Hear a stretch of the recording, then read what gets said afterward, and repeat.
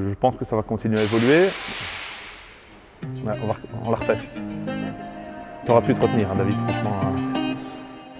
T'as un peu la pression là. I've been signing on the city lights.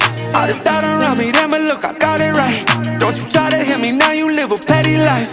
All those nights I laid awake, I pray for better life. Now I wake up with a baddie like I said I might. This a better life, you never tried, I bet it right. This a better life, you never tried, I bet it right. You been stuck just where you at because you never tried. Want a better life, I had a try, I bet it right. Ah, comment je suis arrivé dans l'automobile, c'est la passion. Parce que depuis tout petit, j'ai des voitures dans les mains. Je pense que je devais avoir 1 an et demi, 2 ans et j'avais une voiture dans chaque main. Et j'ai grandi avec ça. Mon père aimait bien les voitures, mais pas plus que ça, pas autant que moi aujourd'hui en tout cas.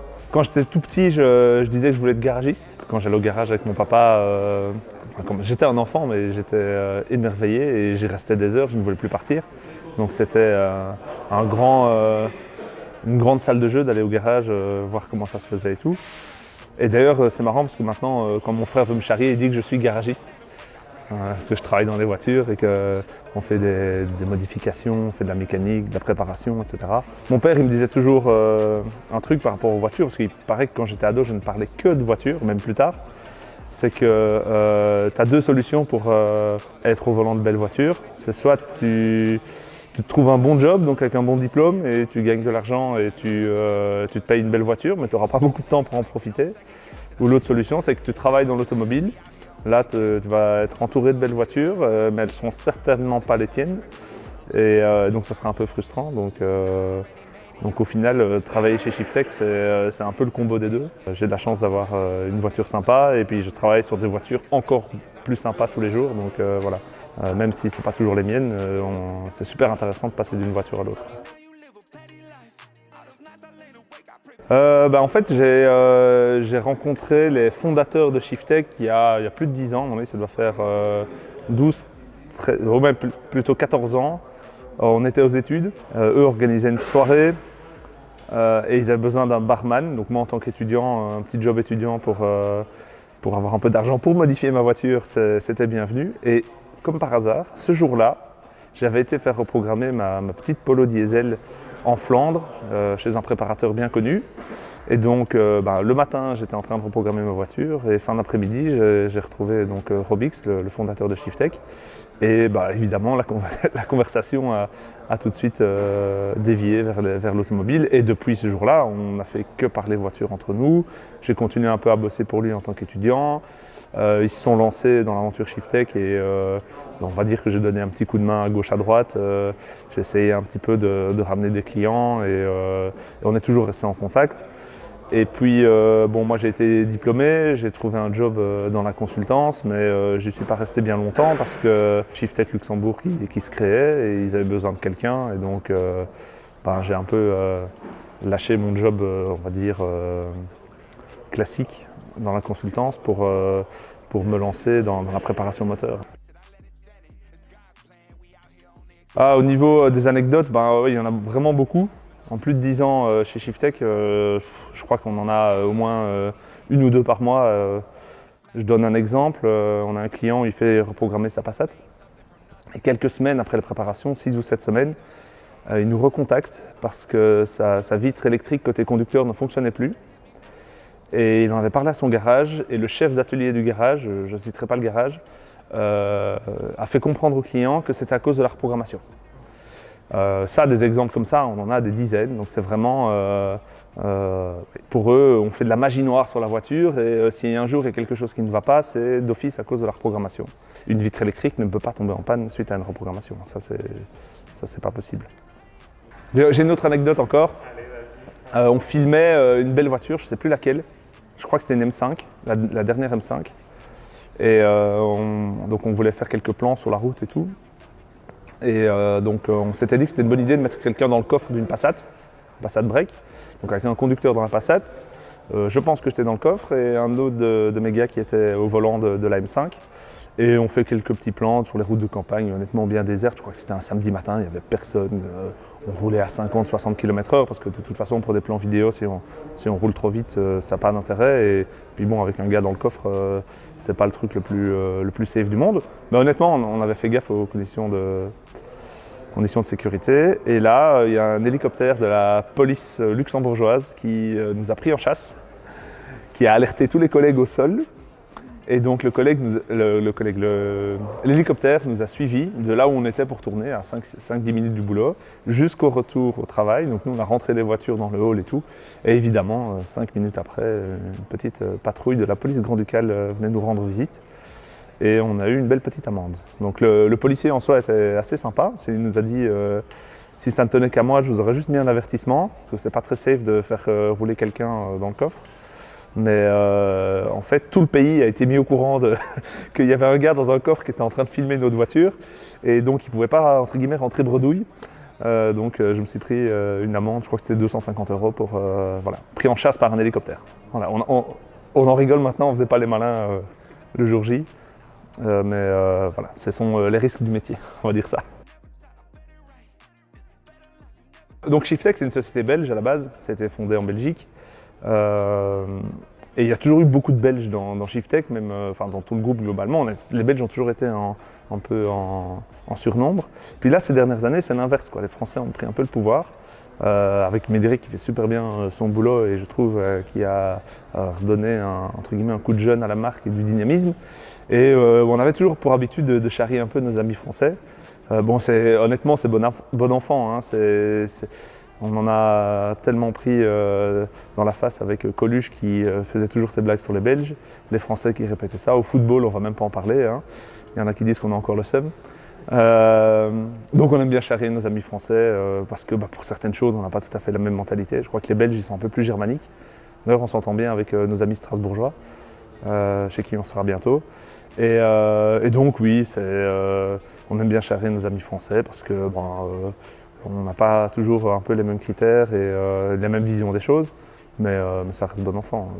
Au final, je crois que le Belge, au fond de lui, s'il pouvait aller habiter dans le sud de la France au soleil, il dirait oui tout de suite parce que c'est super agréable et que c'est un magnifique pays. Comme on dit souvent chez nous, la France c'est le plus beau pays du monde et Dieu, pour compenser ça, il a mis les Français à l'intérieur. Sinon ça aurait été trop beau. Alors la suite, on va essayer de continuer à faire grandir Shiftech Luxembourg. On est aussi en train de développer d'autres centres Shiftech, notamment Shiftech à Lille qui va ouvrir dans les prochains mois, voire plutôt prochaines semaines. Je pense que le trou du banc qui est en train d'être creusé, j'ai eu des nouvelles aujourd'hui. Donc ça c'est vraiment sympa, surtout qu'en plus Lille c'est une ville que j'aime beaucoup. Et nos amis du Nord, on s'entend bien avec. Donc les Belges et les Lillois, on s'entend bien, c'est un peu comme les Strasbourgeois. Et du coup, en parlant de Strasbourg, dans quelques mois, il y aura aussi un Shiftech à Strasbourg. Donc c'est deux projets dans lesquels je suis impliqué et on fait ça ensemble avec Médéric et Adrien. Et je suis content de le faire avec eux, vraiment. Je suis content d'aller dans ces deux régions-là que j'aime bien. Ça reste à proximité de Luxembourg. Et ça reste avec entre guillemets des gens du Nord qu'on aime bien. Donc voilà, on a un peu la même vision des choses, souvent. Niveau voiture, à 18 ans, j'ai commencé par une petite Polo, 1,4 litre MPI, 60 chevaux. Ce qui, avec le recul, était très très bien pour un jeune conducteur. Je crois que si j'avais eu plus, je ne serais pas là. Puis j'ai eu une deuxième Polo, puis une troisième Polo qui m'a vraiment un peu fait rentrer dans le monde de la prépa, parce que c'était le moteur 1,9 litre TDI 130 chevaux. On l'avait préparé à 180 chevaux chez Shiftech déjà à l'époque. Et à cette période-là, j'étais très pro Volkswagen Audi, hein, donc un peu taliban VAG comme on dit, où les Volkswagen et les Audi c'est ce qu'il y a de mieux et tout le reste c'est pas bon. J'ai continué avec une Audi S3, hein, puis j'ai eu des Audi A5, etc. Et un jour, j'ai essayé une BM. Et même si je n'étais pas du tout pro BM au début. Je crois que c'est le fait de travailler chez Shiftech. On se rend compte que niveau comportement dynamique, la propulsion, le moteur à l'avant, bien placé le plus en arrière possible, il n'y a rien à faire, c'est des qualités indéniables pour le dynamisme d'une voiture. Et donc là j'ai switché complètement vers BM pendant plusieurs années. Et donc c'est marrant parce que quand je compare un peu entre guillemets le parcours automobile que j'ai eu, parce que j'ai changé souvent de voiture, les voitures qui me faisaient rêver quand j'avais 18 ans, j'avais une petite liste que j'ai retrouvée il n'y a pas longtemps avec mon rêve ultime, c'est je crois qu'il y avait une RS4 B7 dedans. Une RS4 B7, je me demande s'il n'y avait pas une RS6 C6 aussi de mémoire. Et les voitures qui m'ont fait rêver 5 ans plus tard, c'était déjà des différentes et maintenant c'est encore d'autres voitures. Donc la RS4 ne fait plus partie de la liste, même si c'est une super voiture. C'est peut-être des voitures un peu moins puissantes mais un peu plus jouissives. C'est un peu paradoxal de dire ça alors qu'on est préparateur. Je crois qu'aujourd'hui je prends plus de plaisir à conduire une Alpine A110 ou une Toyota Yaris GR qu'une Audi RS6 avec 800 chevaux. Alors une Audi RS6 avec 800 chevaux c'est génial, c'est super marrant, ça pousse, c'est incroyable, on a le son du V8. Mais il ne faut pas oublier qu'il y a des radars. Et donc une Audi RS6 de 800 chevaux, quelques accélérations et on se retrouve derrière les barreaux. Donc sur les petites routes de campagne, tout en restant prudent, on prend énormément de plaisir avec une voiture style Toyota Yaris GR, l'Alpine A110, même pas la S, honnêtement les 250 chevaux, ça roule déjà bien, une petite prépa, un petit échappement, et on a une voiture géniale.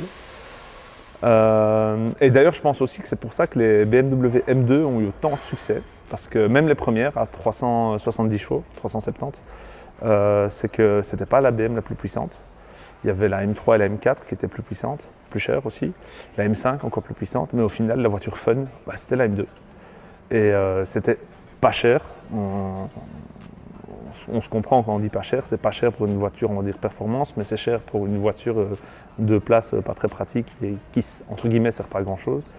Mais oui, on a des clients qui ont une collection incroyable de voitures, parfois de plusieurs centaines de milliers d'euros, voire plusieurs millions d'euros. Et ils prenaient leur pied avec la M2. Voilà, c'était leur jouet. Alors, c'est pas un jouet de donner à tout le monde. Il y a des pays où c'est assez cher de posséder une M2. Au Luxembourg, ça va, c'est assez raisonnable. Mais c'est ce qui explique le succès de la M2. Et encore, la valeur sur le marché de l'occasion des M2, les premières M2, c'est incroyable. La valeur qu'elles gardent après maintenant 5 années. Quoi. Nous, on a eu une M2 N55 en 2017, en mars 2017. Et puis je me souviens, après un an ou deux, la valeur a fortement baissé et maintenant elles sont bien plus chères que ce qu'on avait. Donc je crois que c'est ce qui résume bien les choses, c'est que évidemment en plus c'est des voitures où il y a un chouette potentiel de prépa, mais on ne va pas rarement arriver à 600 chevaux, 700 chevaux, parce qu'en fait c'est pas l'intérêt premier sur ces voitures-là. Alors améliorer, personnaliser sa voiture, ça je pense que beaucoup de car geeks adorent un petit peu mettre la voiture à leur sauce. Mais ouais, je trouve que la M2 première génération résume bien les choses. C'est pas la plus performante en ligne droite, mais qu'est-ce que c'est fun à conduire, quoi. En fait, je crois que c'est Chris Harris dans un Top Gear ou quelque chose comme ça qui avait dit que il avait comparé avec une Audi RS3, une voiture que j'aime beaucoup aussi, mais la RS3 est clairement plus performante en ligne droite. En virage, ça tire un peu tout droit. Hein. Mais non, je rigole, mais pas tant que ça. Au final, le plaisiromètre, c'est en M2 qu'il est rempli. Et d'ailleurs, au début de ma carrière automobile, moi j'étais pro VAG, j'avais des amis aussi pro VAG. Moi, je suis passé chez BM quelques années après, et eux étaient restés, un sur une Audi RS3, l'autre sur une Mercedes A45 AMG. C'est ces deux amis que j'ai rencontrés sur le forum des Polos. Hein. Donc on était vraiment une bande de pro VAG, on ne jurait que par Volkswagen Audi ou Seat Skoda en fonction des modèles. Et maintenant, ils sont tous en M2. Donc le A45 AMG, il l'a remplacé par une M2 compétition, la RS3, il l'a remplacé par une M2 compétition, et c'est leur première BM, et je crois qu'ils sont convertis. Ils vont se reconnaître quand je vais parler d'eux, mais je crois, il y en a un des deux qui m'a dit pourquoi je ne l'ai pas fait avant. Voilà. Et moi, quand je suis passé chez BM, je suis arrivé chez BM sur une série 5 propulsion boîte manuelle, une 525D à l'époque. Puis j'ai eu la M235i coupée, et là ça a été la révélation. Cette voiture-là, honnêtement, limite je regrette de l'avoir vendue. À un moment, on les trouvait vraiment pas chers, hein, 20, 25, 26 000 euros. C'est pas une M2, mais c'est pas loin. C'est le même moteur que la première M2. C'est un peu moins sportif, mais qu'est-ce que j'ai cramé des pneus avec cette voiture, qu'est-ce que j'ai pris du plaisir. Cramé de l'essence aussi, parce que je crois que j'ai fait 40 000 km la première année avec. C'était mon daily et franchement, quelle voiture géniale, quoi. Et de nouveau, c'est pas la plus rapide. Il y a je sais pas, peut-être qu'un bon 35D ou un bon 40D reprogrammé ira plus vite qu'une 235i. Mais le plaisir, c'est voilà, dans une petite sportive comme ça. Bon, voilà, c'est déjà des voitures dans certains prix, j'en suis conscient, mais après, comme je le disais, il y a d'autres voitures qui sont super sympas. Clio RS, la Clio 3 RS avec le 2 litres Atmo est géniale aussi. Elle a plein de défauts, mais il y a plein de voitures qui ont plein de défauts, mais elle est super fun à conduire. Honda S2000, génial aussi. On les voit un peu moins dans nos métiers. Comme on est passionné et que les clients qu'on rencontre qui ont la même, ou des clients qui ont la même voiture qu'on avait précédemment, c'est même plus du commercial, quoi. C'est deux passionnés qui parlent et c'est ma voiture je l'adore mais elle fait ceci que j'aime pas trop. Moi aussi j'avais ça et j'ai corrigé en changeant telle pièce ou en faisant ça et ça va beaucoup mieux. Et en fait le gars après il repart avec le sourire et c'est le plus important, quoi. C'est être à l'écoute du client, essayer de comprendre ce qu'il veut, de comprendre là où il veut en venir, parce que aussi dans le monde de la préparation, il y a différents types de clients. Il y a un client qui, lui, n'aura aucun intérêt pour une Alpine A110 et veut que sa RS6 ait 1000 chevaux, donc il faut aussi le comprendre. Et c'est ça aussi un peu la force d'un groupe comme Shiftech, c'est que on a des passionnés d'automobile qui viennent de tous les milieux, quoi. Il y a des mecs qui faisaient des runs sur l'autoroute dans leur jeunesse, il y a des mecs, c'est plutôt des pistards, il y en a d'autres, ils faisaient plus du tuning, et il y en a d'autres, c'était des rois du TDI Reprog ou du 35D Reprog, donc en fait il y a toute une brochette de passionnés. C'est ça qui est chouette avec le monde de l'automobile, hein, c'est que il y a le passionné de la vieille Jaguar 100% d'origine qui c'est son bébé, mais le petit jeune avec sa Honda Civic, c'est son bijou aussi, quoi. Et moi c'était pareil avec ma première Polo, hein. C'était une Polo, je crois qu'elle coûtait 2500 €, 1 litre 4 MPI, je crois que je me serais coupé un doigt pour ma bagnole, quoi. Donc, et je pense que les jouets changent et ils deviennent plus chers, ils deviennent plus gros ou plus rapides ou plus puissants, mais la passion, elle est la même. Sur ces belles paroles, je vous dis à bientôt chez Shiftech. N'hésitez pas à nous suivre sur les différents réseaux sociaux, Instagram, @Shiftech, les pages Facebook de chaque centre, donc Shiftech Luxembourg, nos amis de Shiftech Belgique, Paris, Tours, il y en a beaucoup maintenant, hein, Gap, Marseille, etc. Lille et Strasbourg prochainement. Vous êtes les bienvenus, passez dire bonjour, ça fait toujours plaisir. Parfois on a un peu de boulot, mais honnêtement, n'hésitez pas et à bientôt chez Shiftech.